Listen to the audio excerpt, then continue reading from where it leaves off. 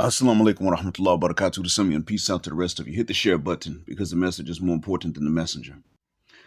First, let me give a shout out to S. Jock for coming through on the Cash App from the bottom of my black heart and from the depths of my black mind.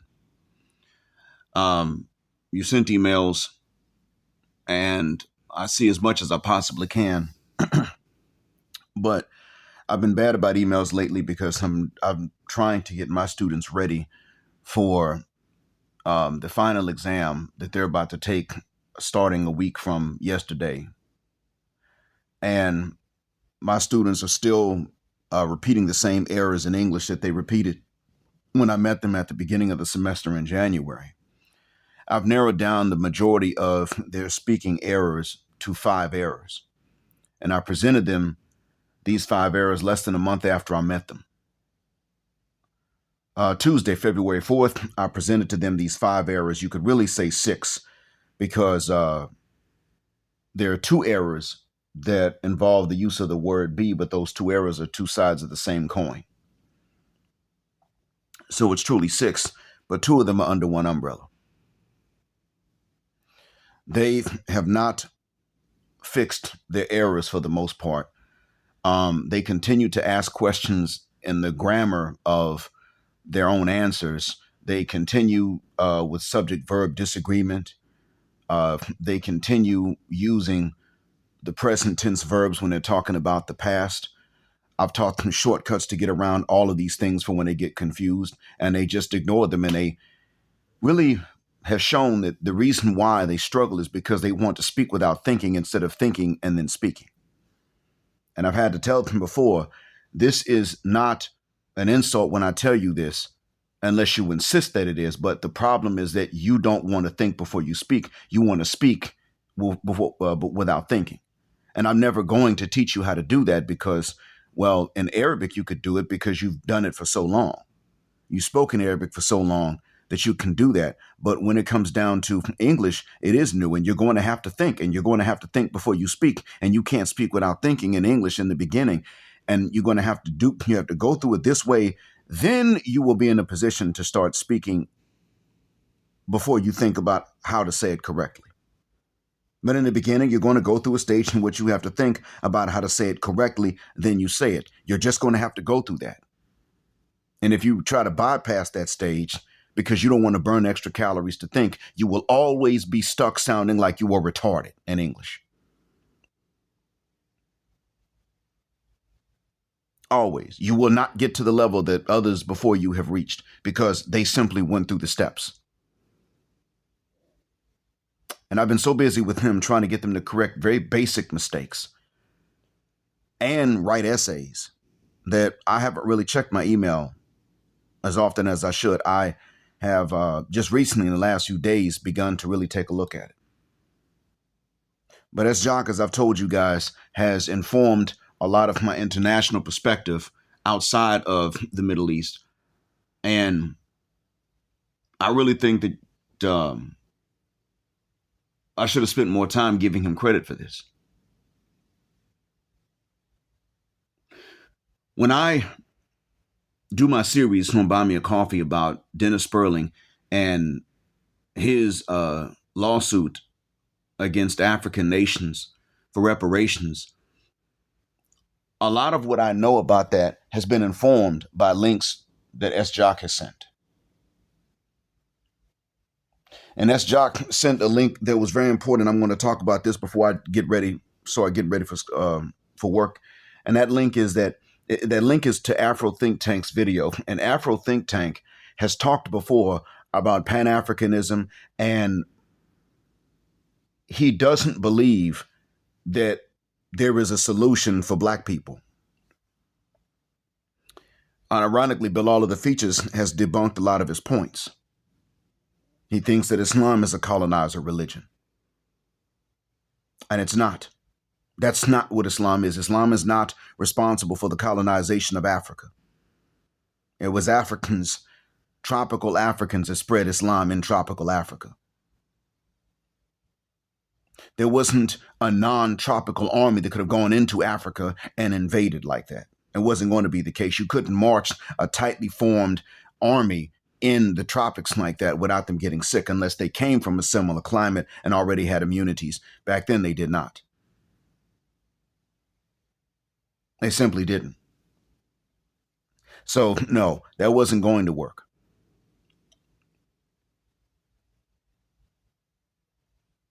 Even Christianity was not very forced going into the interior until quinine. It just wasn't. It was actually adopted in the Congo and then taken into the interior. The Catholicism was. And now it's how it made its way into the interior along that central equatorial belt. Even that, but it was introduced in order to colonize and pacify.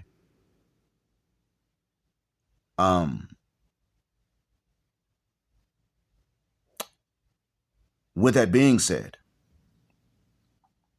Afro Think Tank brought up a pretty valid point.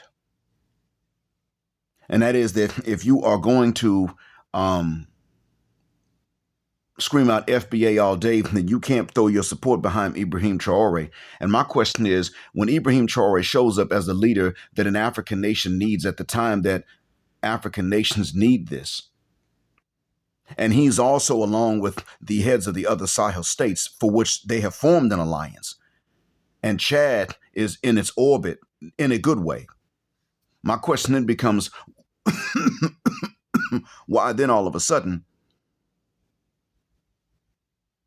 Well, I'm not even going to say all of a sudden. People were talking about FBA before Ibrahim Traore took power. And FBA is the distinction, and that's fine, but I'm not going to really talk a whole lot about the delineation on here as much as I am going to talk about Ibrahim Traore. And I say this because I want us to understand and look at what we can learn from him as well as what he must have learned from those of us in the diaspora.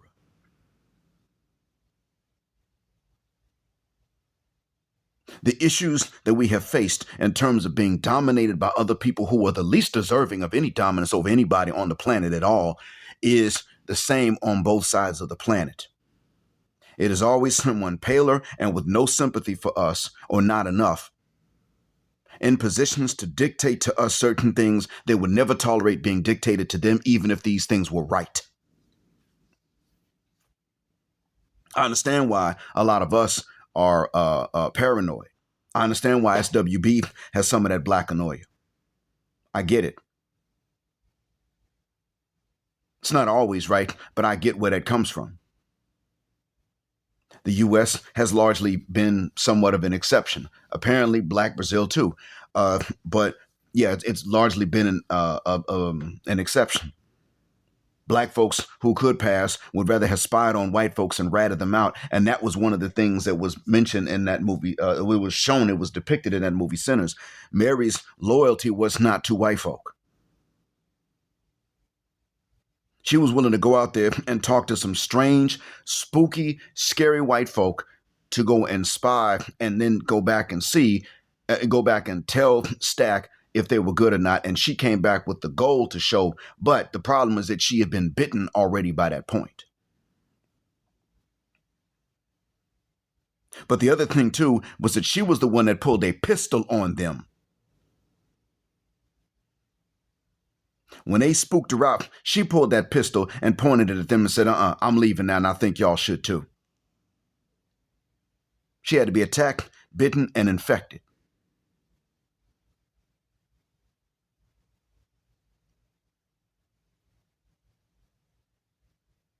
One of the things that it symbolized was that fake colorblindness. Remy wasn't colorblind at all. He preached it, but he wasn't colorblind. People in general are not colorblind. Some people are just color fair, color just, color neutral.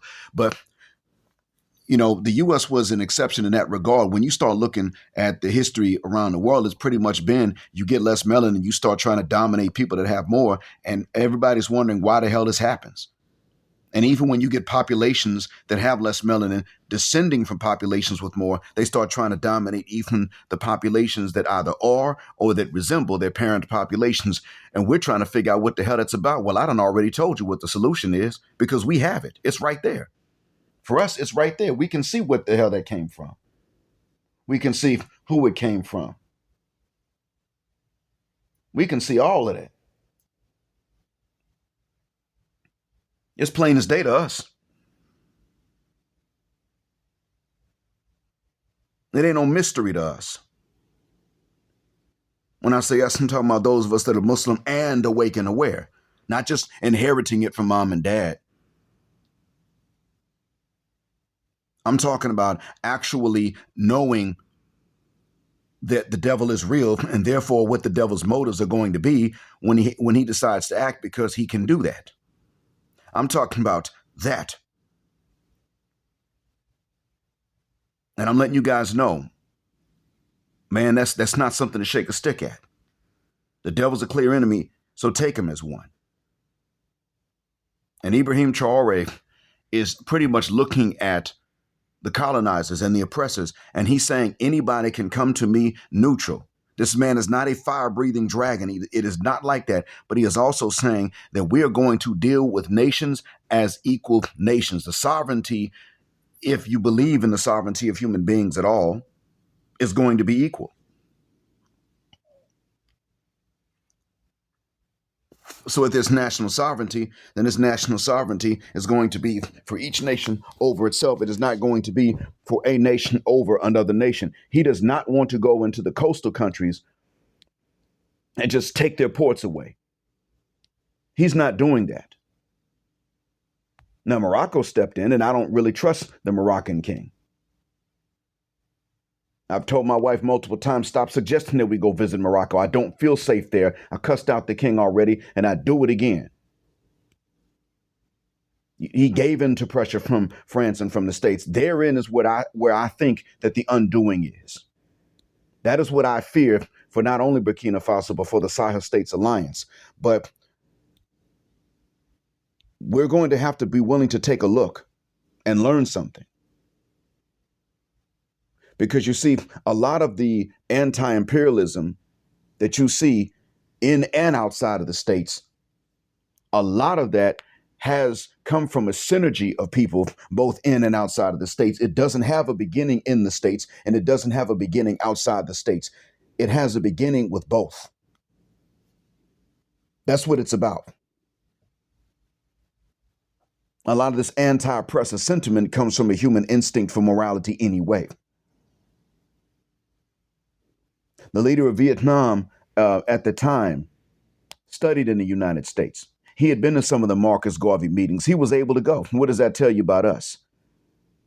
We weren't using a brown paper bag test and saying you ain't dark enough, even if you got those, even if you have a different epicanthal fold over your eyes and you're actually not, you're certainly not white, you're still too pale to come in. That's what we would do today. And that would be based on blackanoia, which itself is not just out of nothing and not and coming from a vacuum. That's what we would do, though. But see, that's not what wound up being the case back then. That man was able to go to the meetings. He went back into Vietnam, and he started to give the West hell as much as he possibly could.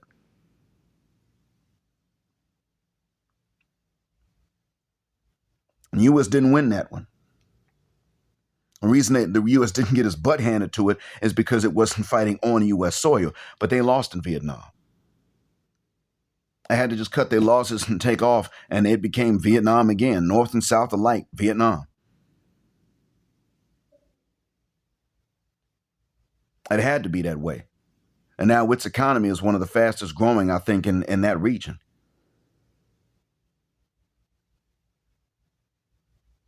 I'm telling you guys, man, look, this is coming from someone that learned from us. He learned from African Americans and from a Jamaican who himself had learned from an Egyptian Sudanese man, a Muslim. So even when Shahid Bolson gets to talking about all of this anti-oppressor rhetoric, well, he's supposed to. He's coming from the standpoint of Islam anyway, and Islam is a religion that is against oppressors, period, black or white. Old or young, take your pick. It's against oppressors. That's a requirement.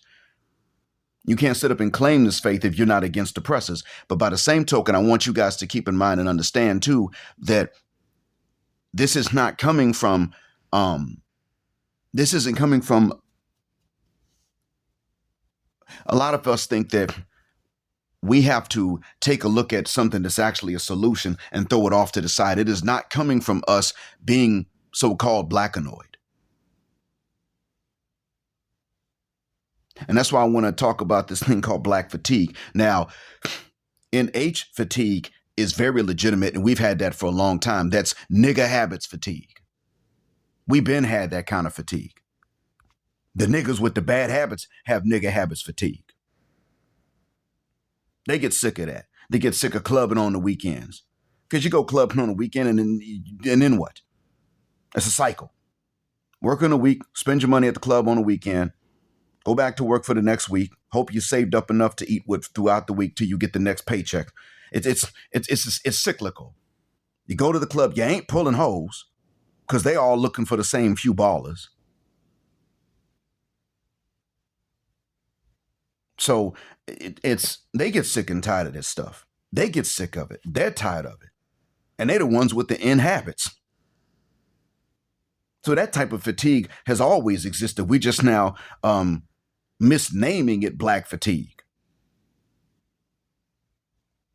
But in all honesty, why is it that there's this talk of black fatigue at the time that Ibrahim Traore is actually beginning to demonstrate that he's walking the walk even more than he's talking the talk, and all of this without being a fire-breathing dragon that the West is going to try to depict him to be? SWP has been right. You got people from the continent and from the islands that got that coon chip activated in them. But you know what? You also you have some of us in the States that got that coon chip active in us in the name of political conservatism or moral conservatism. And no matter what the hell winds up happening all the time, the actual guilty party that benefited from all of this oppression gets let off the hook, and they can go forth and commit more oppression again later on when they feel like it. It continues and continues and continues. I don't know why the hell it doesn't stop.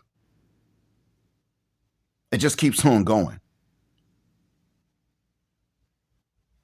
And now you got Traore, who's pretty much like, look, France, you're going to fit the guck out because you never deal fairly with anybody. And Niger and Mali is following his lead and saying the same thing.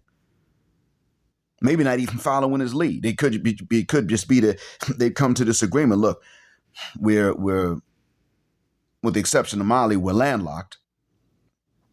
I can't remember if Mali has a coast or not. I'm sorry.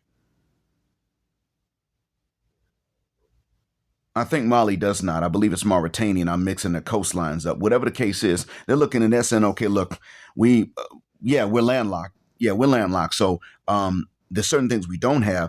And the French are really doing a number on us. And it's causing us more harm than it would even our neighbors. No, they're going to fit the guck out. They colonized all of us. And we're going to kick them out. We're done with them. They ain't no good for us and ain't never been no good for us.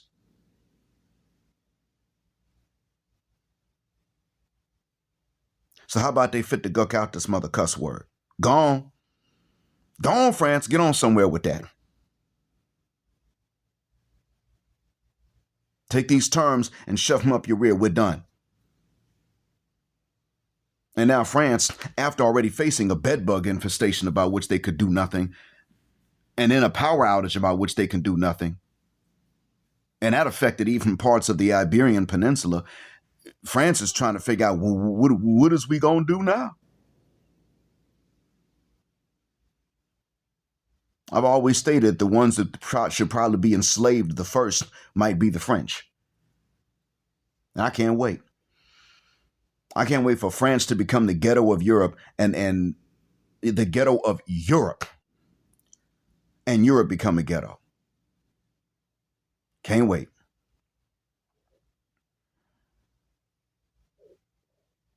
And this is something that Traore and his allies in Mali and Niger are beginning to start the process to bring about.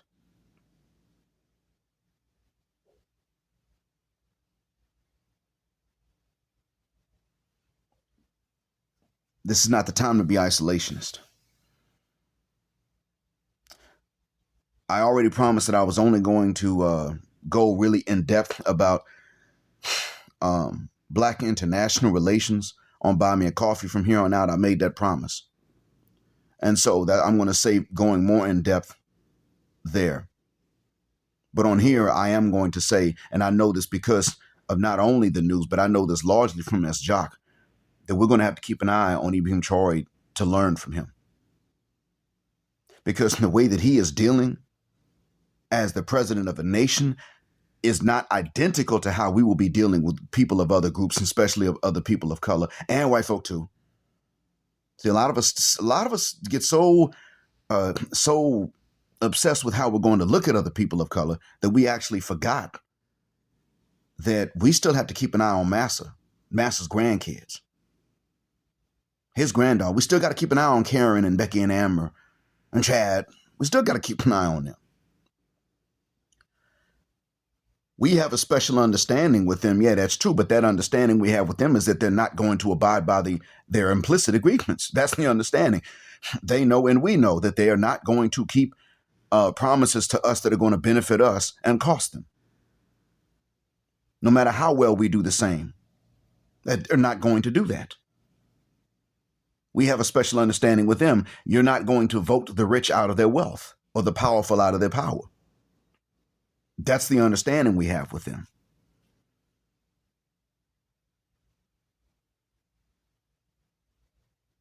We have an understanding. That doesn't mean that the understanding is right, that we should honor it. It does not mean that.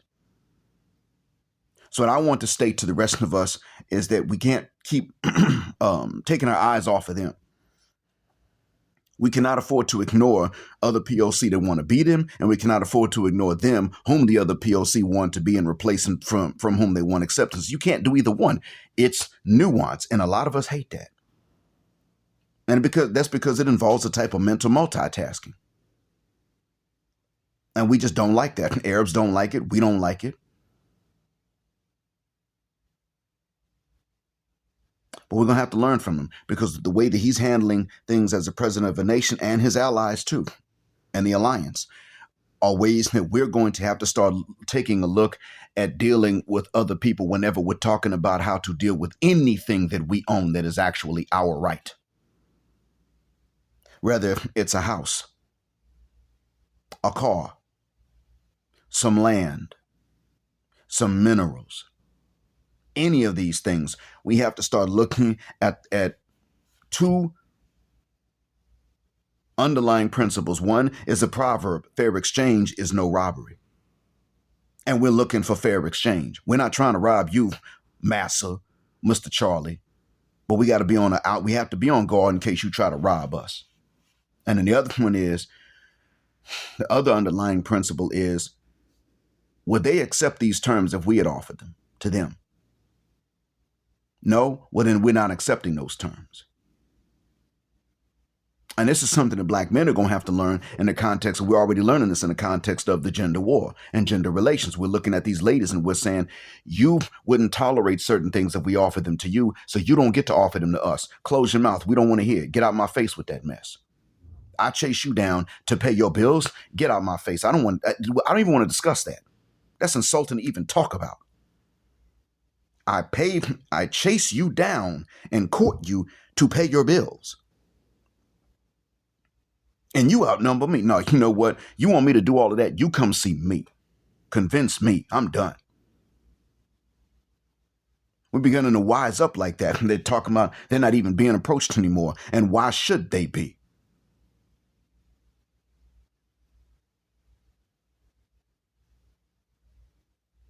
You want banks to hand you some money and you got to pay that back with interest. You still got to apply. You got to go to them and ask them to make you the loan. Then you give them more money back. But these ladies are sitting up here on their butts, no talent. If they do, they hide it. If they know how to cook, they won't tell you. They don't want you to know. They hide whatever they do have to offer. Tell you that the only things they got to offer are them and some other intangible stuff in exchange for very tangible things they demand from you that are naturally rare, but you got to somehow come with an abundance of them. After God made them rare, you got to bring them in abundance for these broads. And they're going to sit back and wait on you to come and ask them to take it. They waiting on you, the big old Cape Buffalo, to walk up to them as lionesses and say, could you please consume me? Could you jump on my back and bite my neck, please?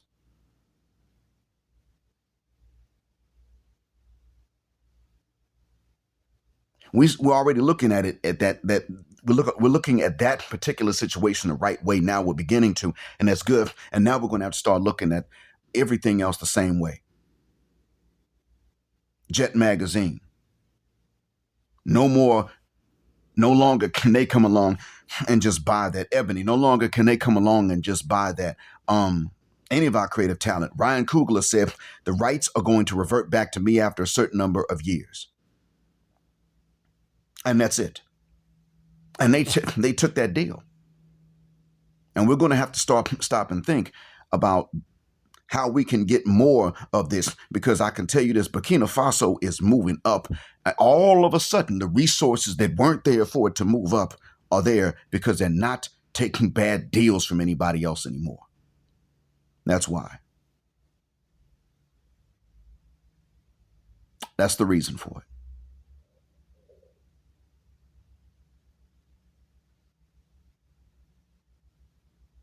It's not really about what they never had per se. It's about what they did not have available because somebody else already had rights to it.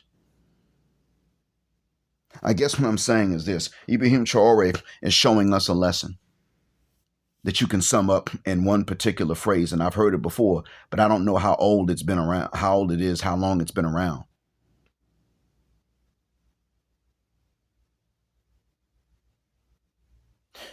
But what that is that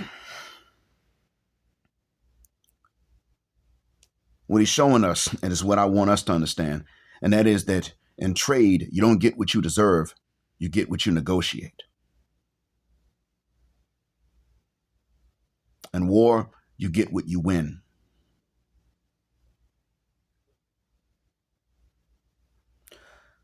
I hope to God that what I said is a benefit, and I hope you take benefit from S. Jacques as well, like I have. Thank you for listening.